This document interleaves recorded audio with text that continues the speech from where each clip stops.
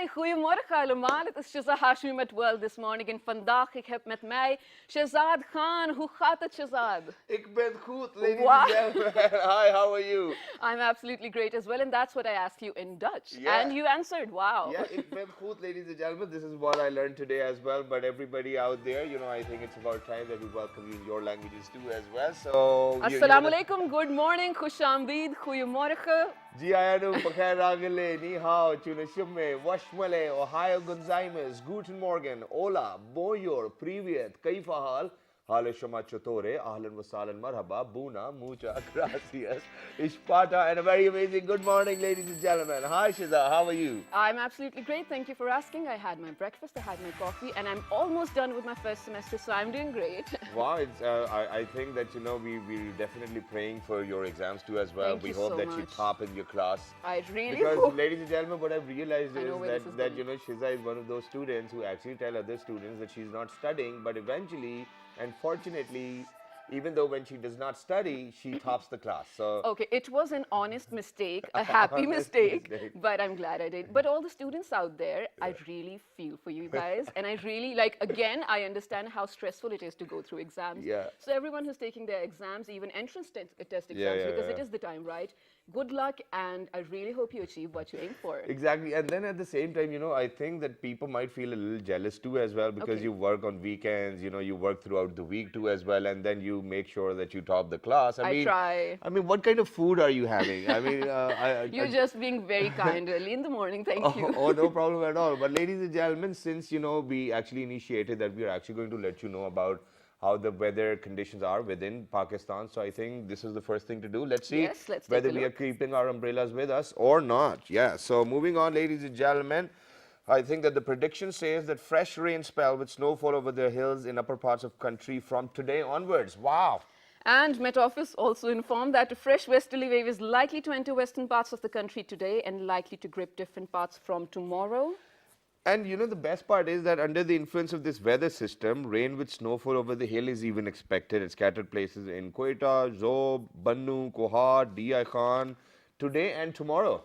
And also rain with snowfall over the hills expected at scattered places in Malakan, Hazara, Peshawar, Mardan, Sargoda, Gujranwala, Faisalabad, Rawalpindi, Lahore divisions, Islamabad, Gilgit-Baltistan and Kashmir from today to Saturday. Wow. So it looks like as if entire Pakistan is actually engulfed with snowfall, foggy conditions and rain, ladies and gentlemen. But rain is expected at isolated places in DG Khan as well, Multan, Bahawalpur, Sahiwal, Sakkar divisions. Wow. And light rain is Sakkar is also gonna expected receive along Sindh, Makran coast, including Karachi during the period. And foggy conditions in plain areas of Punjab and upper parts of the country are likely to subside during this period as well. And you know, and I think that, you know, the for all those people who actually live in Karachi, it's going to be a bit of trouble because I've lived in Karachi for 5 years myself. And whenever it used to rain, I mean, just for like 5 minutes, so the entire Karachi actually becomes a swimming pool. Really? Oh, Yeah. God. So it's hard to drive over there. So people, please make sure that you, wherever you are, you know, it's going to rain today and tomorrow. Please make sure that you ensure wherever you have to go, be on time, because if it starts raining in Karachi, it's very difficult to mobilize as well. You know, it's difficult as well, but we live in Islamabad and we absolutely love winter and rain. But, you know, in parts of Pakistan where rain is not that, you know, it's very rare. I hope all of you enjoy. Exactly. So there's this one thing I came across the news that on the 1st of January in 2019, this year, in Pakistan alone, 15,000 babies were born. What? I know. So you know what? We're always usually 15,000 babies in a single day? Yes. And you know what we're usually looking at is you know, we have a youth bulge, 64 almost percent of the population is youth. But with that, we're also sort of neglecting the baby bulge that we'll be getting. All right, but then at the same time, ladies and gentlemen, talking about this, I think that our economists need to understand the very value of our youngsters at this point of time, because I think in 2 decades, Pakistan will be a country which will have a total population of more than 50%, and that too will be of elderly people. Yes.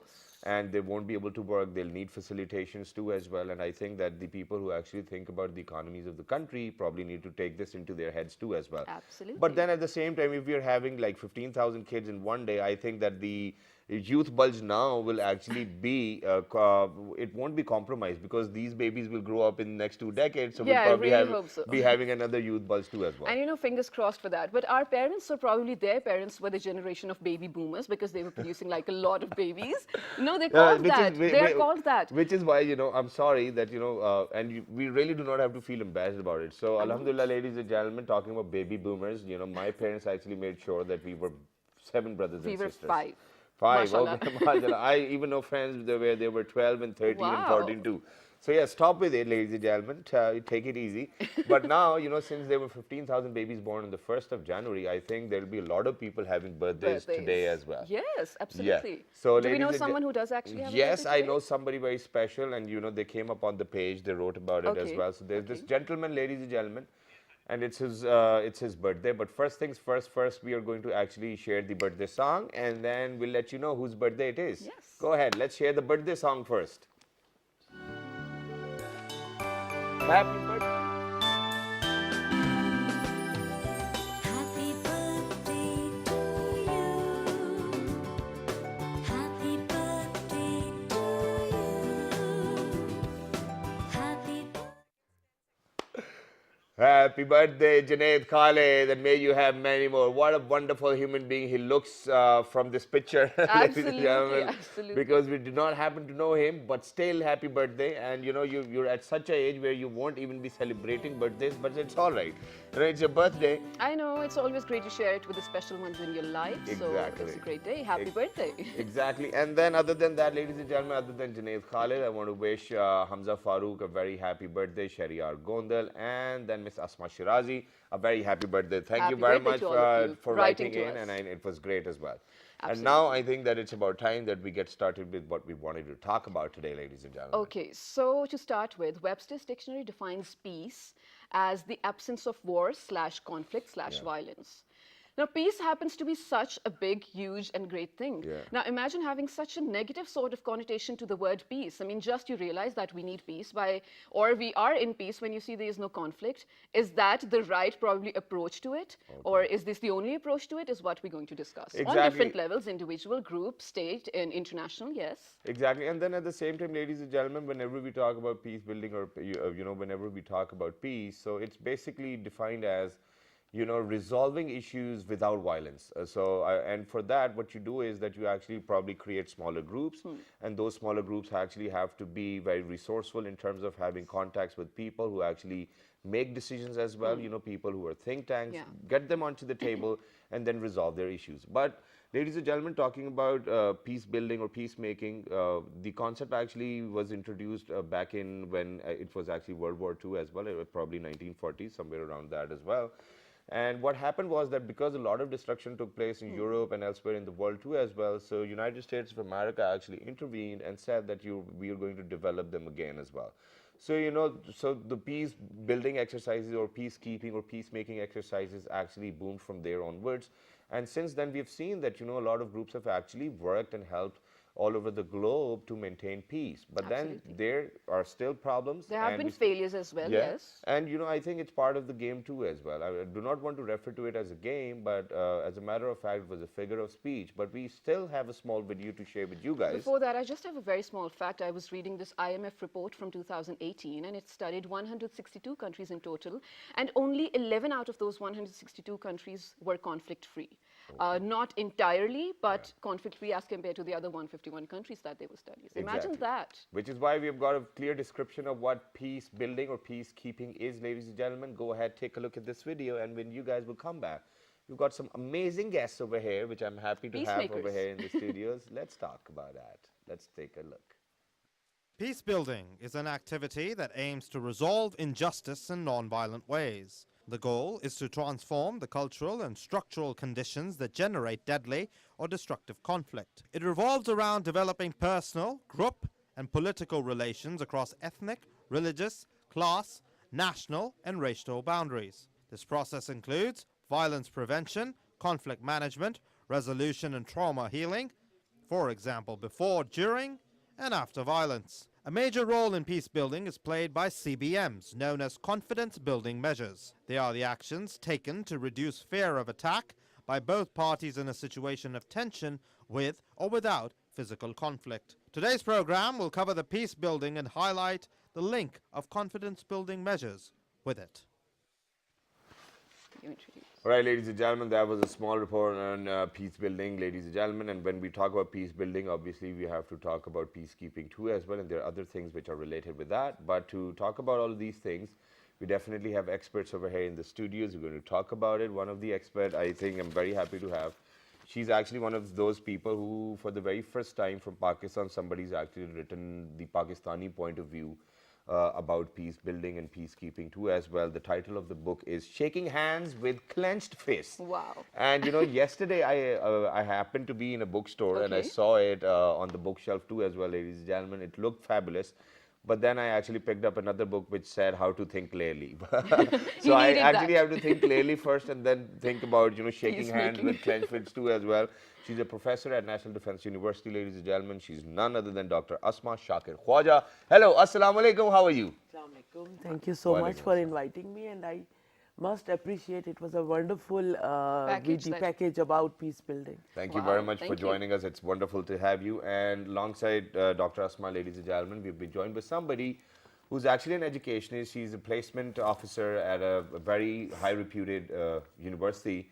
And we wanted to actually kind of take a look at you, since, you know, Shiza mentioned that, you know, we're a country full of youngsters. People are moving into the educational institutions. Education is on a boom. Everybody's been talking about it. So we wanted to relate peace building and peacekeeping with youngsters too as well, because they are our ambassadors as well, and they'll be the generations in future who will actually be maintaining peace all over the world too as well. So she's none other than Miss Aroubah Gillani. Hello, assalamu alaikum, how are you? Hello, I'm good. How are you? Absolutely, Absolutely perfect. fine. Thank you very much for joining us. Let's get the conversation started. Dr. Asma, before we talk about your book and what you've actually written within the book, I want to ask about what is peace for you? I mean, Peace, everyone has his or her own definition of peace. Whenever I ask my students during the first lecture what is peace, and all of them have unique ideas about it. Okay.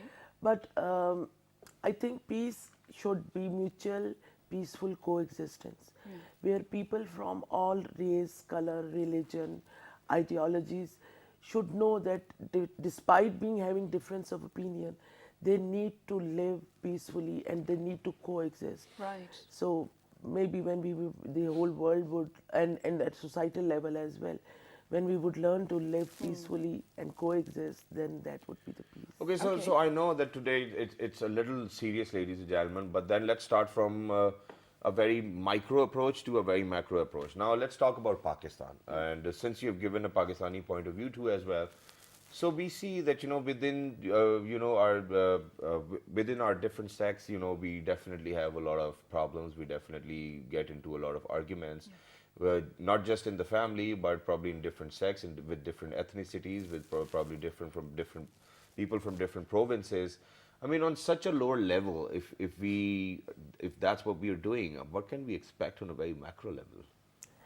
See, there are different perspectives about it, but basically, as I myself, I'm an educationalist. My colleague here, she's also an educationalist. I think structural makeup of a society plus education can play a pertinent role in teaching everyone in character building, Yeah. that how to live peacefully and give respect to others even while having difference of opinion. Yeah. Okay.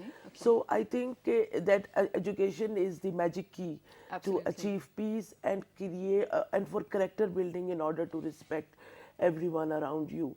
Otherwise, if we see if we see social structures, if we see cultural narratives, usually they are competitive in nature. Right. We are in competition with each other, whether it is a classroom environment, whether it is professional struggle.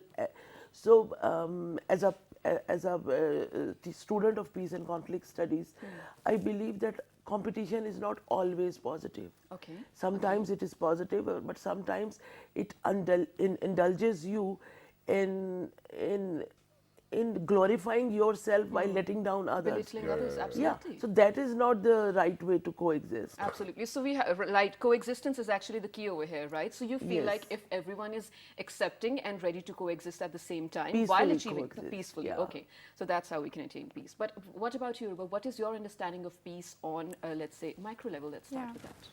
So let me be very clear on this. Like Okay. at the grassroots level, when we talk about peace, I think it's more about creating awareness. It's more about, you know, changing the mindset of the people generally. And I think youth really plays a very vital role in actually, you know, contributing towards a very healthy society, you know, for everybody to be actually there. So I think firstly, we really need to actually create awareness. We need to educate about why is it important, what can be the, you know, what can be the negative effects of all this if we do not maintain peace and stability. I would actually add this another word as well, because if we change one component, you know, it's then the chain which actually gets affected. For example, if I talk about you know, unemployment, Right. unemployment will ultimately lead to, of course, you know, conflict and Yeah. unrest amongst the societies definitely. in general. So it's just a you know, chain effect kind of a thing. So maybe we really need to identify and understand the factors actually which can be eliminated. Okay. In you attaining know, a bigger peace yes. at a bigger level. And I would like to add that peace is a multi-layered approach. Okay. It is not like a simple thing like, okay, peace means absence of war. Okay. It is a multi-layered approach, peace through, and there are different methods to achieve it. Right. Peace through capacity building, and awareness and education Confidence building. comes under this. Peace through confidence building. Peace through sustainability, sustainable economics. So there are different ways to achieve peace through altering your perspective to view the world, because when we all in all countries, our education system, when they teach students about the world history, we view world history from conflict eras, from conflict based perspective. So as a result, we all have a conflict based worldview to see the things happening around it. We never study history from the phases of peace, Yeah. always with the phases of war. Okay, so so it means we are trained, we are all over the world, we are trained that war is the most permanent And phenomenon. talking about war, ladies and gentlemen, it's just because of the fact that a lot of economies all over the globe have actually profited very amazingly from war in different regions as well. Yes, So this is absolutely. one thing why war has been existent. And thank you very much for saying that, you know, we actually need to change our approach, which is why I'm going to take back to probably 1940s, where it was World War II, ladies and gentlemen. And unfortunately, women never got a role to play back in those days as well, to talk about peace building or peacekeeping. And I think that they were left out as a segment of the society too as well. What role do you think in 2019 today women can actually play in terms of peace building, peacekeeping? As we all know that women are victim of society. Women are all over the world. They are vulnerable part of society. So that is why if they are victim of society, victim of conflict, then they should have a role in resolving the conflict. They should have a role on negotiation tables. And this is what UN Security Council's resolution 1325, which was in 2000, in year 2000, it was accepted by the all members UN state, that advocates that countries has to incorporate women in decision making during any conflict resolution process, because so that women can highlight the issues and miseries faced by women. And our researches theories, they indicate that if women are a part of negotiation process, mediation process, the chances are higher that peace agreement would sustain. And as far as your question is concerned, unfortunately, even today in 2019, women have really small, little, meager role in conflict resolution and mediation. I think it is less than 5%. Oh my God. So 90%, 95% are the male members of the society who are taking decisions about conflict resolution. And do you think if women gets to play a role, probably, you know, we'll see a better world, which we might not Definitely, be? definitely. Acha, here I would like to mention that I was part of the founding team which established Department of Peace and Conflict Studies for the first time in Pakistan in year 2008 at National Defense University. So I take it as a great honor.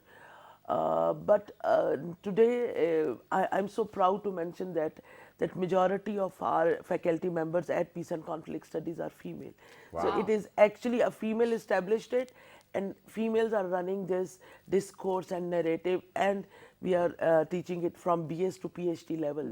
This Well, I is- really hope you so said women so. have a great role, and then I'm so glad to see that other universities after 2008 they also Adopted. established, and we also like played some little in some capacity role in helping those universities to establish their own department. And let's talk about that. So, Ms. Aroubah, Yeah. now at your university, do students actually get to pick up a subject which says peace building, peacekeeping, or things like that, where There's a we're actually giving them the basics of peace building?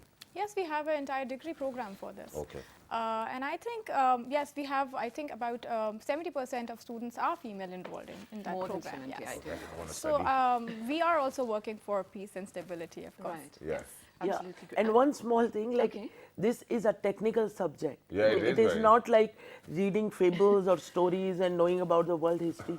It is actually like resolving conflict is actually like physics or chemistry. When you Absolutely. need Thank to you for saying create that. equilibrium, you need to balance, you need to identify actors, the interests on We cards. even have like formulas or things like that to put in. There is no I'm such. not studying. There are no such formulas though, Okay. but definitely there are tailor-made solutions because you cannot apply one conflict resolution model on other To all, conflict. absolutely. It should be tailor-made because every conflict is unique. Yeah. Although all conflicts have certain similarities. Yeah. All right. So Because it they're is a still really conflicts, yeah. interesting thing So, to ma'am, study. now I want to get to your book. So, especially when we're talking about conflicts in Pakistan, intrastate conflict, I feel like one of the major reasons for them existing in Pakistan is the social contract, weak social contract between the population and the government. The previous governments, for sure. So, not sure about this one because it just came in. So, is your book about that? Does it discuss anything about that? Tell us about it, please. Definitely, my book. It is not about this topic. It is about the ups and downs of confidence building measures between Pakistan Because and it India. says shaking hands with clenched fists. Fists. So imagine that, why would you even want to shake your hand with a clenched fist anyway? So I think But that we are trying to do it for Yeah. last 70 years. Yeah, that's true. Anyways, though. my book does talk about, because in contemporary scenario, country individually doesn't grow. Yeah. It's the region which grow and evolve, if we see Okay, ASEAN and other okay. region. So my book talk about the economic capacity, economic development, economic strength of South Asia Okay. and SAARC. And it talks about how we can grow as a nation while focusing on good governance and economic sustainability. Okay. And for that reason, we need to resolve bilateral conflicts. We need to create an environment of mutual trust in which we can grow. If, like, I quoted a very famous person in my book, and he said that if we can't live like friends, why we need to be enemies? Yeah. Okay. So because economic development is what we need as a country. Pakistan has CPEC, Pakistan has so many opportunities, and we need to develop on them, and that Okay. is why we need a comparatively peaceful South Asia. So are we okay? This is on a very lighter note, but are we trying to say over here that it's just like that? A husband and a wife does not really get along, but they eventually decide, okay, now we are since we are together, so let's Let's live coexist. peacefully. Coexist. Peacefully Yeah, coexist. Peacefully coexist. Yeah. So that's the Yeah. idea. If we can't be friends, why we need to But- be but, enemies? Just ignore each other. But it's and, not like, happening, and it's been 7 decades down the line, and it's not happening, and it's not even closer to Yeah, happen. because, So there are other forces within the country which do not let that happen, or there are other forces within the South Okay, Asia. This is a tricky situation because theory says that peace is difficult to achieve when we don't invest in peace. Okay. In order to achieve peace, we need to have stakes in peace, and that means interests in peace. If our interests are driven towards war or conflict, or conflict is our bread and butter, then we cannot opt for peace. But India, in Pakistan, we have invested in peace. We have emotionally, physically invested in peace. If we see the official statements of our statecraft people at Hum of the Affairs, every time they are offering peace to India. Every time That's what I was they are about to say. offering it. Let's sit on the negotiation table and resolve the problem. But every time neighbor is Lame rejecting excuses. with lame excuses, I would say running away from the negotiation table. So I think our neighbor need to invest in peace. Right now they are capitalizing on hatred towards Pakistan. It is like a famous or a saleable political or electoral yes. slogan for them. True. But I see this book, my book is also our investment in peace. Okay. That books, India needs to think about it. They need to think if they really want shining India, they need to have sustainability. They need to have peace at regional and individual level. Absolutely. And since you mentioned that we should be investing in peace, one of the major things that every state, I think, does, every sovereign state does, is invest in, armament. Yes. Giving the reason that it is for defense, which makes sense, of course. But again, even for defense, if you're investing in armament, how are you investing in peace? Isn't it an oxymoron? It is, but No, to, no, Aroubah, defend starting your, with to you. defend your soil, I think that you really have to Yeah. empower your forces. This is for I that. something absolutely else. agree because it is an essential of peace. Yeah. I'm saying- no, I- Peace is always stick and carrot approach. Being vulnerable to Yeah. foreign attacks does not achieve peace. Having power to defend your sovereignty and in territorial integrity, and then opting for peace is what our religion Exactly. And teaches letting other us. people know that, please do not put an eye on us, do not put an evil eye on us. And you should never ever do that. Certainly. Yeah. Go ahead. Yeah, so my question being, Aroubah, so of course we need to defend when all of the world is going towards armament. That is my question. I'm not saying Pakistan alone. Since we're coexisting with everyone in the region, in the world, why cannot everyone come on the same page for disarmament? I think that's this not needs to be decided on a very national level, and I think all the countries and then all the parties involved in it. But I think having your toolkit set with you is going to be is a good approach probably. Yeah, that's true because as you well. never know. I mean, you never know, because as ma'am just very rightly mentioned that sustainability is the key basically. So peace for how long? So that's the question. So I mean, we really need to understand. So if we are in good terms for one country with one country for like 1 to 2 years, then in the long run maybe we would be needing some other approach probably. Okay. This disarmament is always mutual. We need two to tango. But it's not happening. So yeah, Not, and not then so- it is, we try though. and The disarmament economy of is the country is always actually vis-a-vis dependent on threat that. perception. Okay. Unless or until we resolve the threat perception and we address that issue, we cannot opt for disarmament. Like if one has fear of being invaded, or Definitely. how we can Yeah, we do cannot. that? It is irrationality. Of course, I do totally understand that. But towards the end, you both of them, what did I say? Both of you being educationists, I want you to present your suggestions on very quickly on how to achieve peace inside Pakistan. Exactly. So you've got 30 seconds, look into the camera. Let's talk to the youngsters of our country. Yeah, so I think, Here. okay.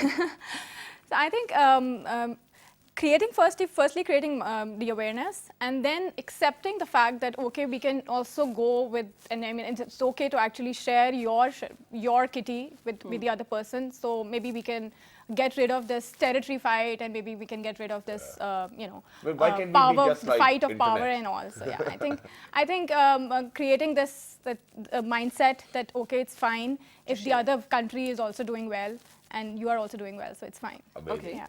Dr. What Saima. about you? I think through education, what the most important thing we can achieve, we can design our curriculum to create an appetite for peace and least zero tolerance for violence. We should teach our students that violence is the last option, and the bravest option is to opt for peace, because the most the brave person has this power to forgive. Even our religion tells that Yes, as well. yes. So our religion can be a great source of inspiration if we teach our students that how our religion incorporates projects and appreciates peaceful efforts. And that is why if we see our religion, Huzur Akram Sallallahu Alaihi Wasallam always opted for negotiations and peace Absolutely. agreements. Absolutely. War was always the last option. But at social level, I'm talking about social level, not at international or regional level, but at social level, we need to teach our students that create appetite for peace and zero tolerance for violence, so that our students should know that, or our youth should know that if something happens on the road, then you don't need to fight. Then don't need to opt for violence. Our youth should know that mob justice is wrong. It is flawed. It is Absolutely. mockery to humanity. We need to teach them. Right. So I think Amazing education message. is the best Yeah. thing. Absolutely. Thank you very much for for being saying with that. us. It was lovely to have you on the show to talk about your book and then peace building and peacekeeping too as well. Thank you very much once again. But for all those people who are out there, I think we're done with peace right now. And ladies and gentlemen, whenever we talk about peace, I think for any individual, it is very important to be at peace first. Within and themselves. within their own selves, and then talk about it. And you can only achieve that only if you keep yourself fit, if you read a lot, if you're educated. I mean, these are the Absolutely. contents of having peace within your own And self you know- and contentment. Absolutely, and I'm so proud to say that Pakistan is actually always looking out for peace, you know, in terms of even within. We try, of course. And, mean, you look know, we at our always faces. reach out. Yeah, I mean, we look at always our reach out faces. to our hostile neighbors as well for peace, and we are Yeah. always mediating between the US and the Afghan government. Even, you know, we are offering peace talks between the Afghan Taliban and the Afghan government as well. Exactly. So we try, and we really hope that something better comes out of And you know, there's just one last thing, and that is that, you know, since Shazaz actually very carefully mentioned that we reach out for negotiations to our hostile and I mean people who actually are around us as well. But you know, there's one thing which we want them to actually listen to, and that is that it's not because that we cannot do something about your hostile behavior. It's because that we believe negotiations can work in a great manner for everybody within this region, and particularly South Asia. And I think that if these countries come together, probably this region will be the best one in the world in years to come. Absolutely. So if Peaceful people can understand that, coexistence. I think that'll be great. So with that, ladies and gentlemen, we're going for a short break. Don't go anywhere, because when we will come back, We have some first of all, exciting we will have news. Lubna with us, ladies Okay. and gentlemen, and we've got some interesting news stories to share. Stay Go ahead. tuned.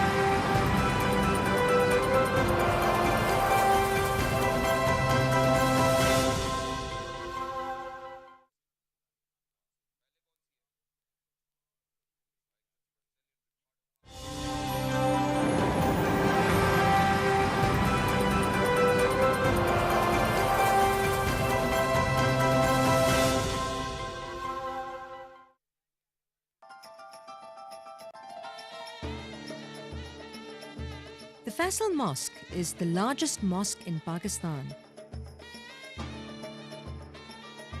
Located in the national capital city of Islamabad. Completed in 1986, it was designed by Turkish architect Vedat Daloke to be shaped like a desert Bedouin's tent. It is situated at the north end of Faisal Avenue, putting it at the northernmost end of the city and the foot of the Margala Hills, the westernmost foothills of the Himalayas. It is located on an elevated area of land against a picturesque backdrop of the Margala Hills.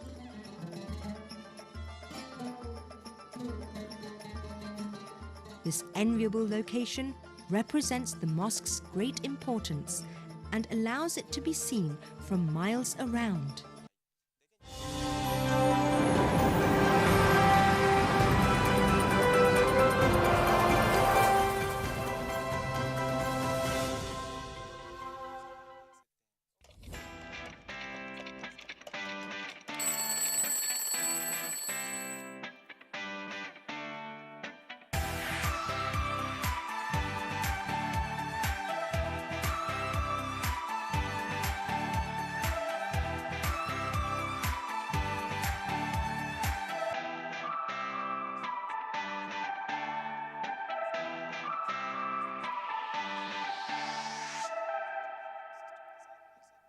Welcome back, ladies and gentlemen. You're watching Well This Morning with Shahzad Khan and Shiza Hashmi. And in the first segment, we were talking about peace building, peacemaking, and peaceful coexistence, which is actually the key and the answer to everything that is wrong with this world right now. Exactly. And now, ladies and gentlemen, we're going to talk about Tabdili, which is definitely taking us by a storm too as well, because a lot of football fans over here in Pakistan are actually looking forward to one of this amazing story, which I'm going to share with you guys, ladies and gentlemen. Football icons, Brazilian Ricardo Kaká and Portuguese Luis Figo will arrive in Pakistan today. Wow. Wow. So it's not just I'll cricket be now there. in Pakistan, ladies and gentlemen. Football is over here, and I think that, you know, over here in Pakistan, since I play a lot of FIFA too myself, only on PlayStation, I'm sorry for that. But other than that, I know that a lot of people are very interested in seeing or probably looking forward to these amazing stars as well. But moving on. And the other news is that 2 international kabaddi matches will be played today at the Drink Stadium in Bahawalpur. International kabaddi players were warmly welcomed at Bahawalpur, and the match between Iran and India will be played at 1 p.m., while Pakistan, the Greens, will take on Pakistan Whites at 2 p.m. And Wow, this we're is this is the patent pose for kabaddi. Yara.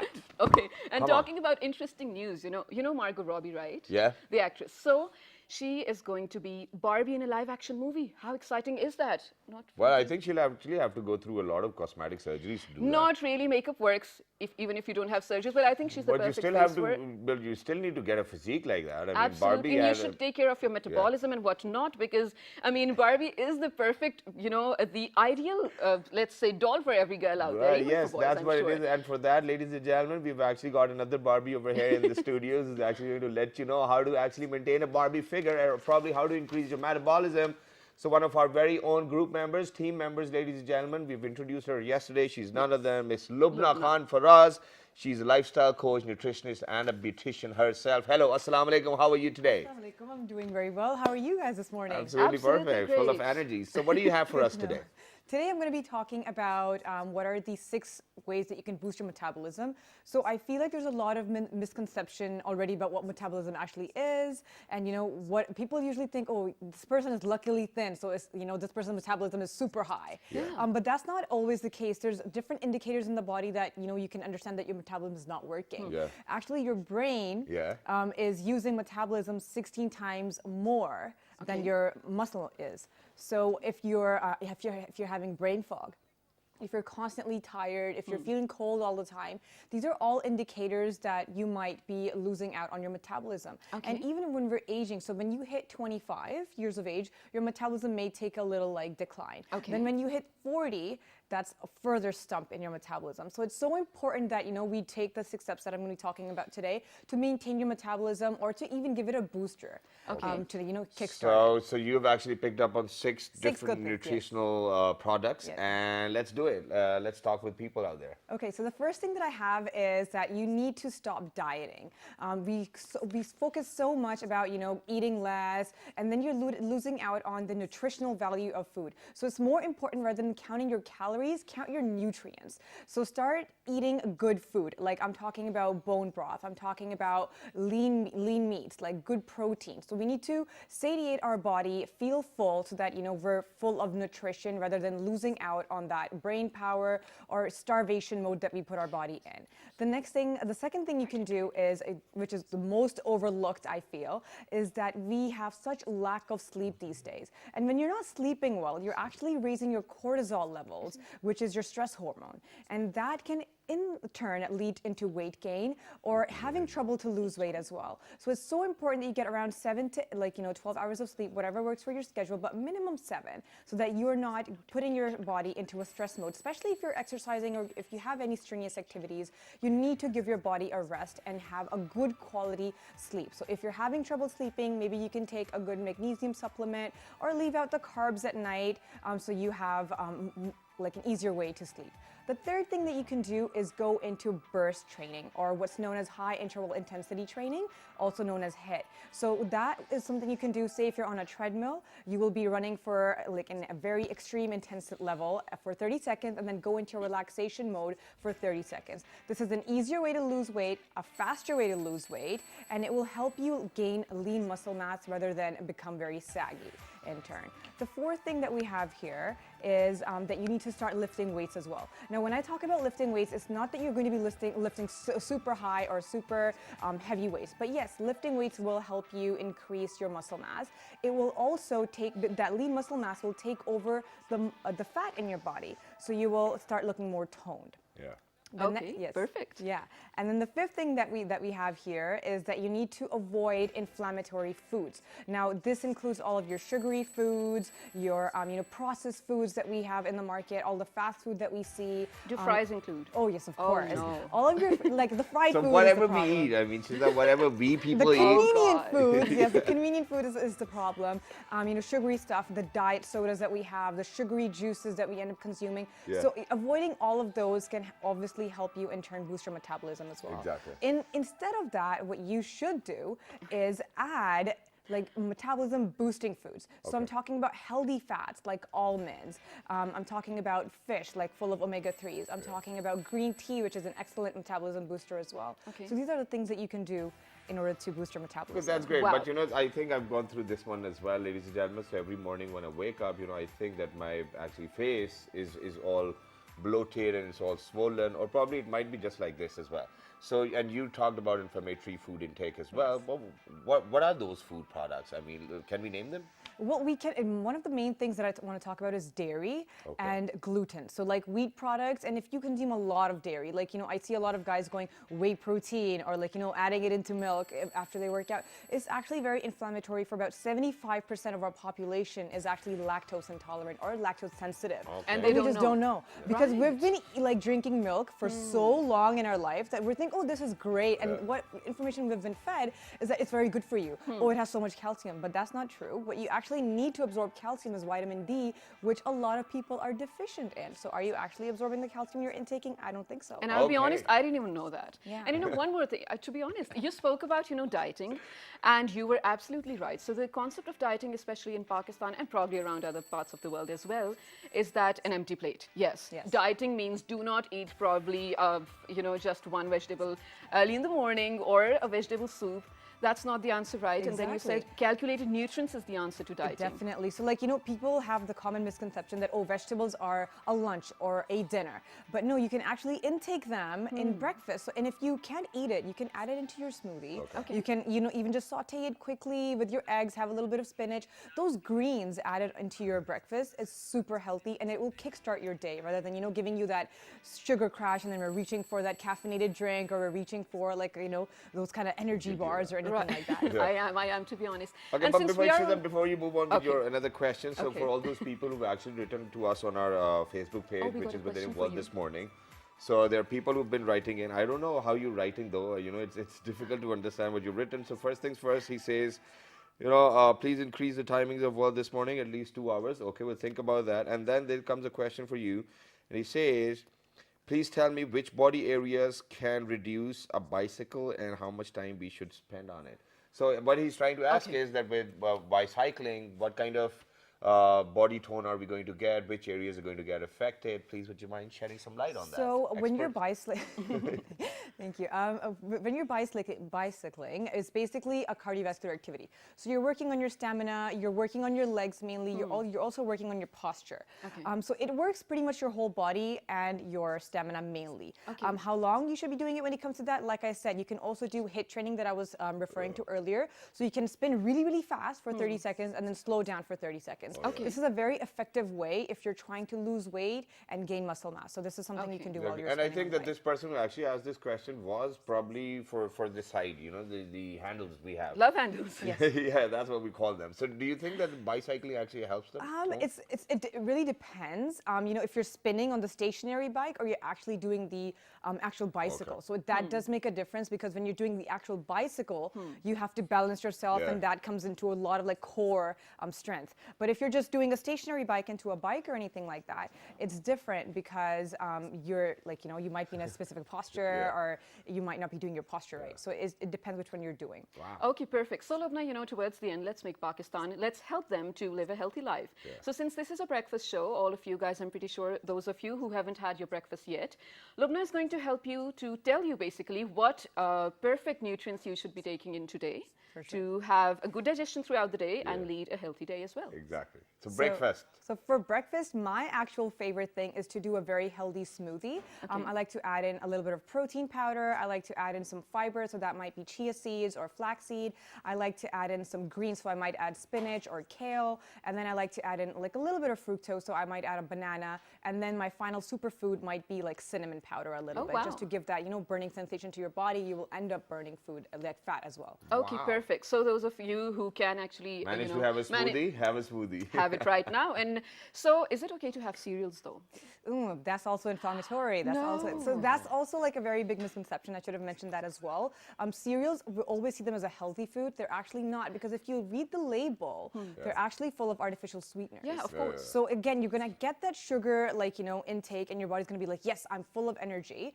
But then there comes a sugar crash. After a couple of hours, you're like, oh my God, I'm hungry again. So you're actually not turning off your hunger hormones. It's sort of a fake appetizer type, exactly, which you don't need. Exactly. So we got it. No cereal for you today. So open your fridges and find out your vegetables and probably or fruits and make a smoothie. Help yourselves, guys. Exactly, it's very important as well. Thank you very much, Lubna. You did My a great pleasure. job once Thank you. again. And for all those people who are out there, you can definitely ask us whatever you want, and you have to write to us on our Facebook page, which is with the name of Well, this morning. on Twitter, Well, this morning without a G. on Daily Motion and GT. Well, this morning. And this fabulous repeat's going to be at 5 past 11 p.m. till the next time. 1, 2, 3. Good Good morning. morning.